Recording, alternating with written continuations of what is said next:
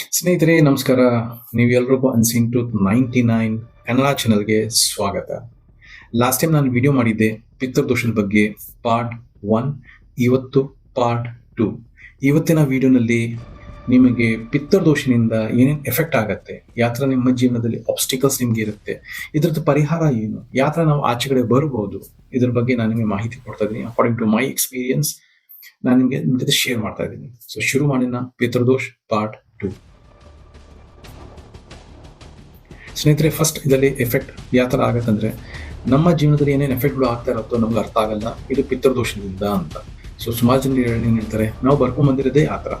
So ನಮ್ಮ ಜೀವನದಲ್ಲಿ ಕಷ್ಟ ಇರೋದೇ ಇದೇ ಥರ, ಇದೇ ಥರ ನಮ್ಮ ಜೀವನ ನಾವು ನಡ್ಸ್ಕೊಂಡು ಹೋಗ್ಬೇಕಾಗಿದೆ ಅಂತ ಅವ್ರು ಫೈನಲ್ ಮಾಡ್ಕೊಂಡಿರ್ತಾರೆ. ಸೊ ಅಂಥವ್ರಿಗೆ ನಾನು ಏನು ಹೇಳೋಕ್ಕಾಗಲ್ಲ. So this is one of the video specially those who think, ಯಾರು ಈ ಥರ ಯೋಚನೆ ಮಾಡ್ತಾರೆ ನಮ್ಮ ಜೀವನ ಇದೇ ಥರ ಇರೋದಂತ. ಈ ವಿಡಿಯೋ ಅವ್ರಿಗೋಸ್ಕರ ದಯವಿಟ್ಟು ಕಳಿಸಿ, ಅಥವಾ ನಿಮ್ಮ ಜೀವನದಲ್ಲಿ ಈ ಥರ ಘಟನೆಗಳು ನಡೀತಾ ಇದೆಯೋ ದಯವಿಟ್ಟು ಈ ವಿಡಿಯೋ ಕಂಪ್ಲೀಟ್ ಆಗೋವರೆಗೂ ನೋಡಿ. ಸೊ ಜನರಲಿ ಪಿತೃದೋಷದಲ್ಲಿ ಇನಿಷಿಯಲಿ ಮದುವೆ ವಿಚಾರದಲ್ಲಿ ತುಂಬ ಡಿಲೇ ಆಗುತ್ತೆ. ಹೆಣ್ಣಿರಲಿ ಗಂಡಿರಲಿ ಮದುವೆನಲ್ಲಿ ತುಂಬ ಲೇಟ್ ಆಗುತ್ತೆ. ಈ ಹುಡುಗ ಇರಲಿ ಹುಡುಗಿ ಇರಲಿ ಬರೋರಿಗೆ ಇಷ್ಟಪಡ್ತಾರೋ ಅವ್ರು ಇಷ್ಟಪಡಲ್ಲ, ಇವ್ರು ರಿಜೆಕ್ಟ್ ಮಾಡ್ತಾರೆ ಅಥವಾ ಅವ್ರು ರಿಜೆಕ್ಟ್ ಮಾಡ್ತಾರೆ. Final result is delay. ಮದುವೆ ಆದ್ರೂ ಮಕ್ಕಳ ಸಮಸ್ಯೆ, ಗಂಡು ಮಕ್ಕಳು ಆಗಲ್ಲ. ಗಂಡು ಮಕ್ಕಳು ಆದರೆ ಅವ್ರ ಜಾತಕದಲ್ಲಿ ಪಿತೃದೋಷ. ಗಂಡು ಮಕ್ಕಳು ಆಗಲಿಲ್ಲ, 90% ಹೆಣ್ಮಕ್ಳು ಆಗುತ್ತೆ. ಸುಮಾರು ಕೇಸಸ್ ನಾನು ನೋಡಿದ್ದೀನಿ, ಹೆಣ್ಮಕ್ಳಿನಲ್ಲಿನೂ ಪಿತೃದೋಷ ಇರುತ್ತೆ. ಸೊ ಈ ಪಿತೃದೋಷ ನಮ್ಮ ಜೀವನದಲ್ಲಿ, ಮನುಷ್ಯನ ಜೀವನದಲ್ಲಿ ಈ ಥರ ಆಬ್ಸ್ಟಿಕಲ್ಸ್ ಸಣ್ಣದಿರಲಿ ದೊಡ್ಡದಿರಲಿ, ಹೆಣ್ಣಿರಲಿ ಗಂಡಿರಲಿ ಕೊಡ್ತಾನೆ ಇರುತ್ತೆ. ಇದರಲ್ಲೇ ಫೈನಾನ್ಷಿಯಲ್ ಸ್ಟೆಬಿಲಿಟಿ, ಯಾರು ಪಿತೃದೋಷ ಇರುತ್ತೋ ಅವ್ರಿಗೆ ಫೈನಾನ್ಷಿಯಲ್ ಸ್ಟೆಬಿಲಿಟಿ ಇರಲ್ಲ. ಫಾರ್ ಎಕ್ಸಾಂಪಲ್, ನೀವು ಜಾಬ್ನಲ್ಲಿ ಇದ್ದೀರೋ, ಬಿಸ್ನೆಸ್ನಲ್ಲಿ ಇದ್ದರೂ ಇರ್ರೆಸ್ಪೆಕ್ಟಿವ್, ಬಟ್ ಫೈನಾನ್ಷಿಯಲ್ ಸ್ಟೆಬಿಲಿಟಿ ತುಂಬ ಕಷ್ಟ ಆಗುತ್ತೆ. ಮ್ಯಾನೇಜ್ಮೆಂಟ್ ತುಂಬ ಕಷ್ಟ ಆಗುತ್ತೆ. ಪ್ರಮೋಷನ್ಸ್ ಇರಲ್ಲ, ಸ್ಯಾಲ್ರಿ ಹೈಕ್ ಇರಲ್ಲ, ಅಪ್ರಿಸಿಯೇಷನ್ ಇರಲ್ಲ. ಸೊ ಈ ಥರದ ಇಶ್ಯೂಗಳು ನೀವು ಫೇಸ್ ಮಾಡ್ತಾ ಇದ್ರೆ ಈ ವಿಡಿಯೋ ಕೋರಿಲೇಟ್ ಮಾಡ್ಕೊಳ್ಳಿ. ಇವ್ರ ಲಕ್ಕೂ ಸ್ಟ್ರಾಂಗ್ ಇರಲ್ಲ. ಯಾರಿಗೆ ಪಿತೃದೋಷ ಇದೆಯೋ ಏನಾದರೂ ಒಂದು ಇಶ್ಯೂದಲ್ಲಿ, ಫಾರ್ ಎಕ್ಸಾಂಪಲ್ ಇವ್ರೇನೋ ಕೆಲ್ಸಕ್ಕೆ ಹೋಗ್ತಾರೆ, ಆ ಕೆಲಸ ಡಿಲೇ.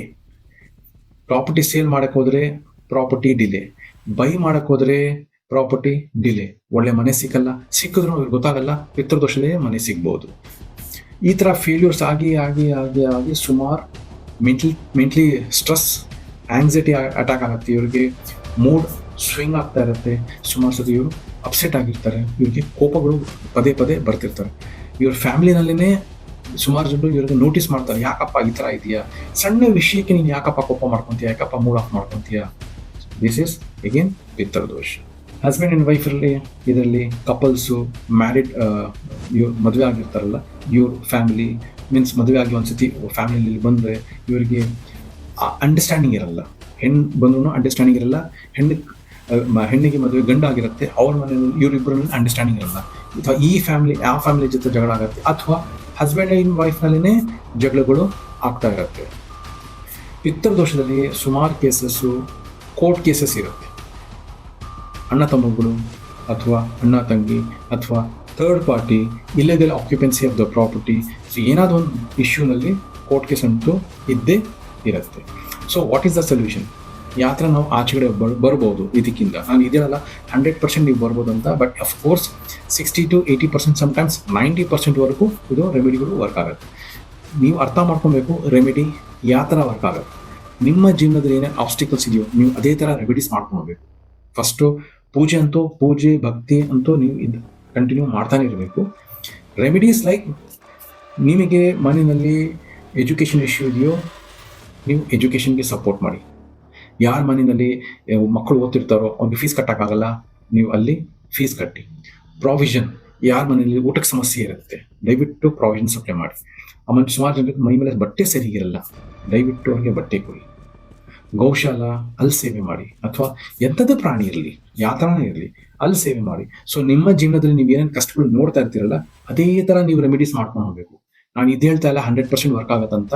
60 to 80% ಆ್ಯಂಡ್ ಸುಮಾರು ಕೇಸಸ್ ನೋಡಿದ್ದೀನಿ 90%.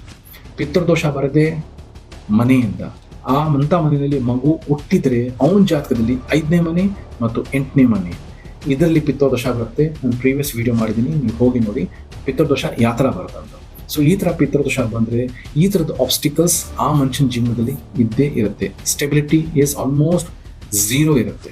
ಹಾಂ, ಅವ್ರದ್ದು ಯಾವುದು ನಂಬರ್ ಸ್ಟ್ರಾಂಗ್ ಇರುತ್ತೋ, ರಾಶಿ ಸ್ಟ್ರಾಂಗ್ ಇರುತ್ತೋ, ಅವ್ರದ್ದು ಲಗ್ನ ಸ್ಟ್ರಾಂಗ್ ಇರುತ್ತೋ, ಅಥವಾ ಮಹಾದಶ ಅಂತರ್ದಶ ಸ್ಟ್ರಾಂಗ್ ಇರುತ್ತೋ, ಸ್ಟೆಬಿಲಿಟಿ ಇರುತ್ತೆ for some extent, not for a longer period. Last video ನೋಡಿ, ನಿಮ್ಗೆ ಅರ್ಥ ಆಗುತ್ತೆ what is pitrudosh. So this is the remedies and this is the pitrudosh ಇಂದ ನಿಮಗೆ ಯಾವ ಥರ ಜೀವನದಲ್ಲಿ ಎಫೆಕ್ಟ್ ಆಗುತ್ತೆ.